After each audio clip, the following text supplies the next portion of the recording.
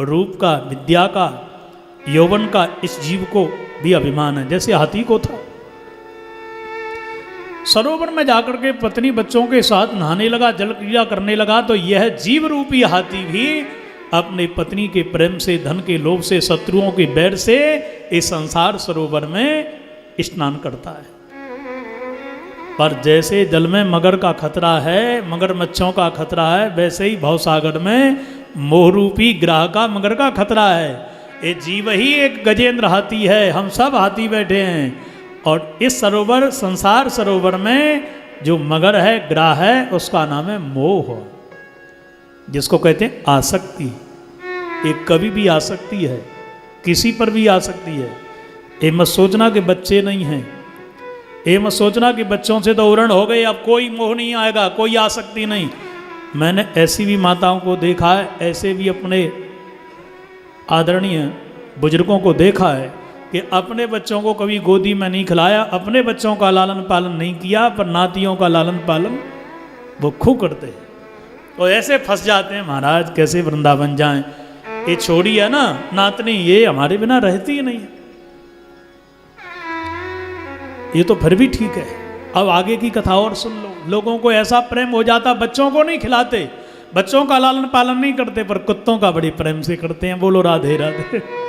उनको जरूर घुमाते हैं, आपको बड़े बड़े शहरों में भगवान की कृपा से घुमाते हुए मिल भी जाएंगे। देखो महाभारत में लिखा है कि कुत्ते को पालना, कुत्ते की सेवा करना, कदापि स्वर्ग में नहीं जाएगा वो व्यक्ति, अपराध है। आप कहोगे जीव है, उसकी सेवा करना चाहिए। भाई हमारे भगवान बराह हैं कि नहीं? तो घर में ला करके बैठा रहोगे मंदिर में? व्यवहार जगत अलग है, भाव जगत अलग है। इसलिए भाव से बराह भगवान को प्रणाम करो, पर व्यवहार जगत में हम मंदिर में ला करके उस बराह को नहीं बैठा सकते हैं। इसलिए कुत्ते को रोटी डालो, कुत्ते को आप प्यार करो, पर घर में जगह मत दो। बोलो जय श्री कृष्ण। जय श्री कृष्ण। तो हम स्नान कर रहे हैं, इसमें फंस गए। मोह रूपी ग्रह ने जीव को ऐसा पकड़ लिया कि छूटना मुश्किल है। समा सहस्रम व्यगमन महीपते, भागवतकार कहते हैं 1000 वर्ष तक यह गजेंद्र लड़ा। माने जीव अपनी पूरी आयु तक लड़ रहा है। कैसे लड़ रहा है? मगर ने पकड़ लिया है। बच्चों ने जैसे ही अपमान किया, सो ले करके थैला चल पड़े वृंदावन, अयोध्या और हरिद्वार की ओर। तीर्थ में रहेंगे, एक बढ़िया सा फ्लैट लेंगे, उसी जगह रहेंगे, इतना तो फंड में है अभी। और जैसे ही तीर्थ में आए, अच्छा नहीं लगा अकेले, चलो बच्चों में ही रहेंगे, जैसे हैं अपने ही तो हैं भाई, तो फिर लौट के पहुंच गए। तो यह जैसे हाथी हथनियों की कृपा से किनारे आता था, मगर खींचता मझधार में आता, जीव की यही गति होती रहती है। पुनः वृंदावन आया, वृंदावन से दिल्ली गया, लुधियाना चंडीगढ़ गया, पुनः फिर याद आई सो फिर आए। ऐसे ही आते जाते रहो, चलते रहो। एक न एक दिन बंसी वाले कृपा करेंगे और आपको श्री ठाकुर जी उसी प्रकार से बुलाएंगे, उबार लेंगे भवसागर से, जैसे ग्राह को मार के गजेंद्र को उबार लिया। तुम्हारे मोह को मिटा करके मोहन अपनी शरण में तुमको ले लेंगे। गीता का ज्ञान दे करके अर्जुन का मोह मिटा दिया, मोहन ने अर्जुन को अपनी शरण में ले लिया। ऐसे ही कृपा कर देंगे। मीरा जी का मोह मिटाया कि नहीं मिटाया? आसक्ति देखो, पति से, सास से, ससुर से, मां से, सबसे मिटा दी कि नहीं?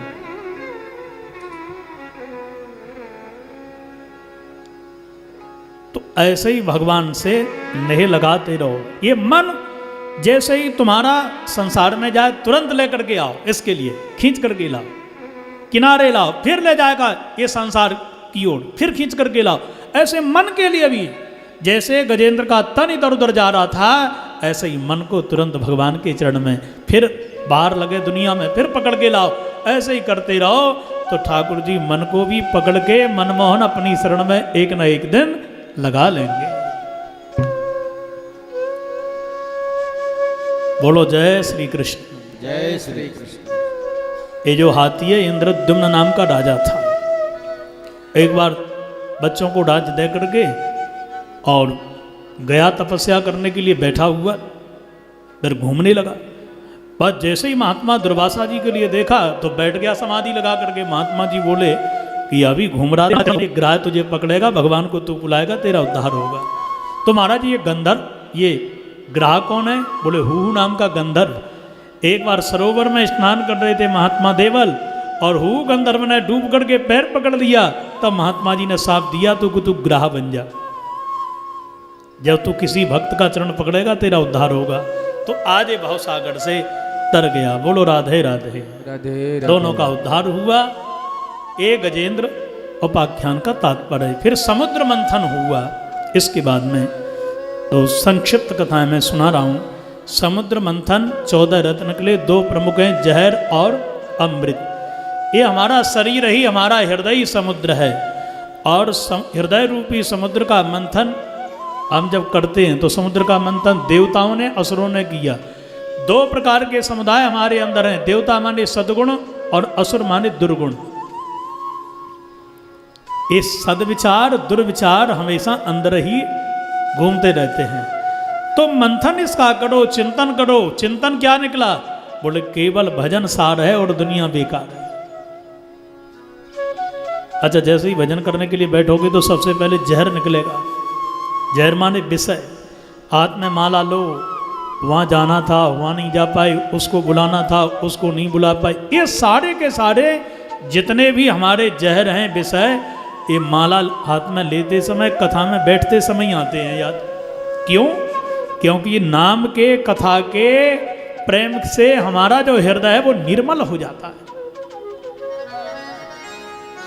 मेमोरी कार्ड होता है ना, 1 GB 2 GB जितना भी आप लोग बड़े बड़े, ऐसे ही मन की यदि आपको दिमाग की मेमोरी बढ़ाना है तो ज़्यादा से ज़्यादा भजन करो, आपका दिमाग बढ़िया काम करेगा। बोलो राधे राधे। अरे जोर से बोलो राधे राधे।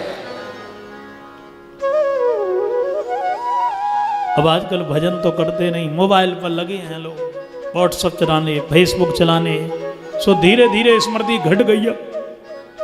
भजन ज्यादा करो, कथा ज्यादा श्रवण करो, कथा से विश्राम मिलेगा, चैन मिलेगा।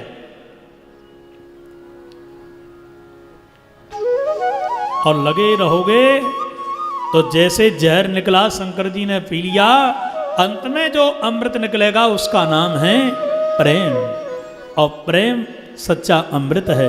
जिस प्रेमामृत को श्री ध्रुव जी ने, मीरा ने, कर्मा ने, ध्रुव प्रहलाद इत्यादि ने पिया। बोलो जय श्री कृष्ण। जय श्री कृष्ण। यही अमृत है सच्चा। इसी को कहते हैं अमृत कथा। भगवान की कथा ये ही अमर बनाने वाली है। श्री ठाकुर जी से जुड़ जाओ। समुद्र मंथन भगवान ने करवाया, 14 रत्न निकले, अमृत देवताओं ने पिया, देवासुर संग्राम हुआ, देवता विजयी भय, असुर हार गए। शंकर जी ने मोहिनी भगवान के दर्शन किए, और जिस परमात्मा की कृपा से देवता गद्दी पर बैठे उसी भगवान को भूल गए। पर बलि हार गया था, इसलिए उसने अनुसंधान किया, यज्ञ करी। और गुरु शुक्राचार्य जी ने कहा कि जिसके ऊपर तपस्वी ब्राह्मण और भजनानंदी साधु प्रसन्न हो जाएं, बलि उसका तो फिर भगवान भी कुछ बिगाड़ नहीं सकते। इसलिए मैं कहता हूं तेरे से तुझे गद्दी चाहिए? बोले हाँ गुरु जी। तो देख, यस्य विप्रा प्रसीदंती सुबो विष्णु स्थानुगा, जिसके ऊपर ब्राह्मण प्रसन्न हो गए, गायत्री जपने वाले, संध्या करने वाले, और साधु महात्मा प्रसन्न हो गए, उसका त्रिलोकी में कोई कुछ बिगाड़ नहीं सकता। तुम यज्ञ करो, उसमें ब्राह्मण साधुओं को बुलाओ। बलि ने एक यज्ञ करी। उस यज्ञ में सुंदर रथ वापे, धनुष बाण तरकसों से युक्त ये सब शस्त्र निकले। गुरु जी ने बलि के माथे पर तिलक करके कहा कि सुंदर मुहूर्त आक्रमण कर दो देवताओं के ऊपर। बलि ने आक्रमण कर दिया, इंद्र हार गया। भगवान की कृपा से बलि ने कहा गुरु जी ऐसा कोई उपाय बताओ कि जिससे युद्ध ये बार बार चुनाव न करवाना पड़े, 5 वर्ष के बाद में फिर झंझट है। ऐसा कोई उपाय नहीं कि परमानेंट है सिंहासन मिल जाए। गुरु शुक्राचार्य जी बोले एक उपाय है। क्या उपाय है? बोले जो 100 यज्ञ कर लेता है उसी को परमानेंट गद्दी इंद्र पद की मिल जाती है। उसी को कहते हैं शतक क्रतु, शक्र उसका नाम है संक्षिप्त। तो गुरु जी फिर मैं संकल्प लेता हूं कि 100 यज्ञ करके ही दम लूंगा। अब एक यज्ञ पूरी, दूसरी प्रारंभ, दूसरी पूरी, तीसरी प्रारंभ, तीसरी पूरी, चौथी प्रारंभ, 99 पूरी कर ली, 100वीं की तैयारी।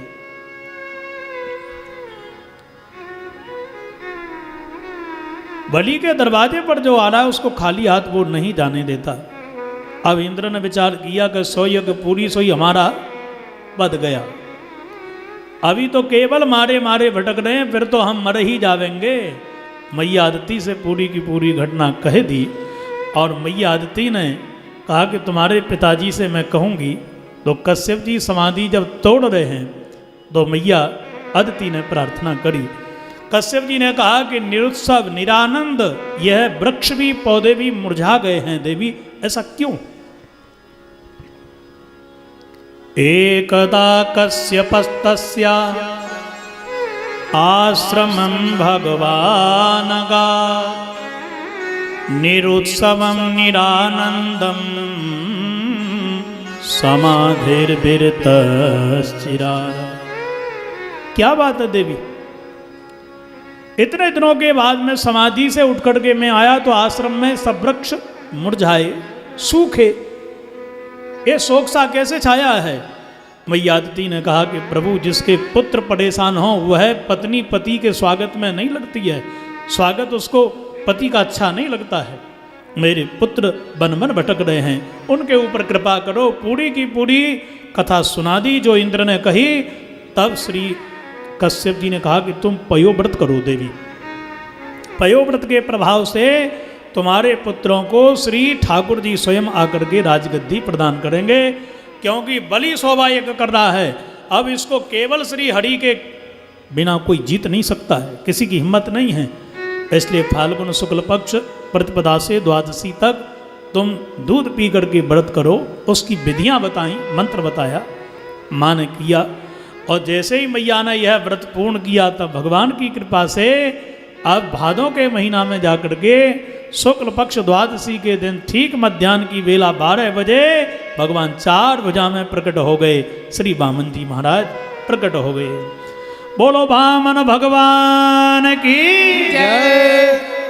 मैया ने मधुर स्तुति गाई। और इसके बाद में माँ से भगवान बोले कि माँ एक रूप के विषय में पिताजी से कुछ मत कहना। नन्हे से असली वामन बन गए, छोटे से। और उसी वामन भगवान की स्तुति गाने के लिए आए ब्रह्मा इत्यादि देवता। बृहस्पति जी भी साथ में आए थे, जाने लगे। देवता भी जाने लगे, ब्रह्मा जी जाने लगे, बृहस्पति जी जाने लगे। कश्यप जी बोले प्रभु मेरे पुत्र का जनेऊ संस्कार करवाते जाओ, आप ऐसे मत जाओ। अब बृहस्पति जी ने वामन भगवान का जनेऊ करवाया। ब्राह्मणों के बालकों के जनेऊ होते हैं, क्षत्रिय वैश्य के भी होते हैं। और इसके बाद में संध्या त्रिवर्गों को करना चाहिए। जिस शहर में, गली में, घर में, देश में ब्राह्मण संध्या करता है, गायत्री जपता है और त्यागी संत रहते हैं, उस देश में भगवान कृपा करते हैं। उस देश का कोई बालवा का नहीं कर सकता है, कोई कुछ उसका बिगाड़ नहीं सकता है। संतों के तप से राजा के विघ्न, देश के विघ्न दूर होते हैं।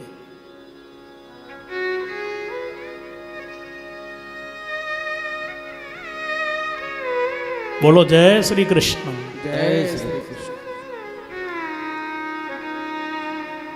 इसलिए अब श्री वामन जी का जनेऊ संस्कार बृहस्पति जी करवा रहे हैं। अब जनेऊ के बाद में उस बालक के लिए सब लोग भिक्षा देते हैं। वही भिक्षा लेकर के जनेऊ करवाने वाले आचार्य को वह बालक प्रदान कर देता है।